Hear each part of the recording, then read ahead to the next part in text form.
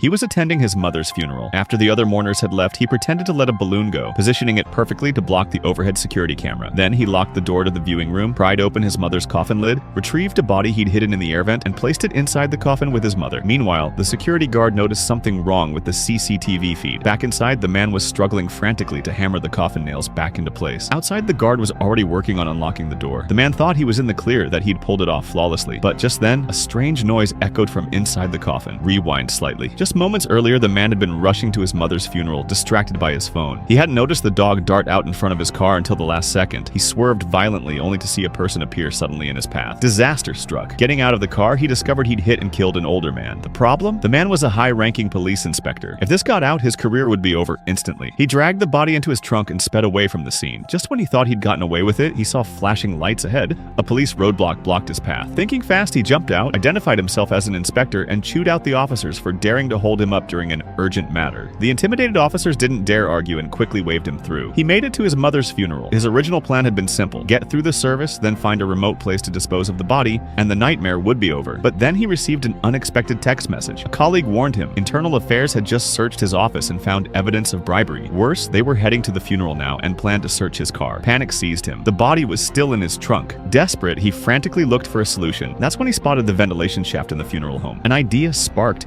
He found the vent exit outside, opened the grate, tied a line from a remote-controlled toy car to the body, and shoved it into the duct. Then he went back into the viewing room and used the remote to drive the toy forward through the vent, pulling the body along. He pried up the coffin nails and removed the lid. Just then, the toy inside the vent made a noise. The sound alerted the security guard outside the door. He jiggled the handle but found it locked. The guard radioed the control room to check the camera, but the balloon was blocking the view. They couldn't see anything. Inside, the man froze, terrified to make a sound. Once the guard walked away, he tried to operate the remote again, but it had malfunctioned. Seeing the toy and the body attached, just out of reach inside the vent, was infuriating. The man was frantic. Desperate, he took the small crucifix from his mother's hands and used it to try and hook the toy's line. Finally, he snagged it. He pulled frantically on the line. The thin cord cut into his hand, so he wrapped his jacket around them for padding and kept pulling. Straining with all his might, he somehow managed to drag the heavy body completely out of the vent and into the room. Meanwhile, the guard had gotten the key and was heading back. In a final burst of adrenaline, the man heaved the body into the coffin, hammered the nails back in using his shoe, quickly replaced the vent cover, threw his jacket back on, and unlocked the door from the inside, all in one frantic sequence. He sat down, trying to look composed,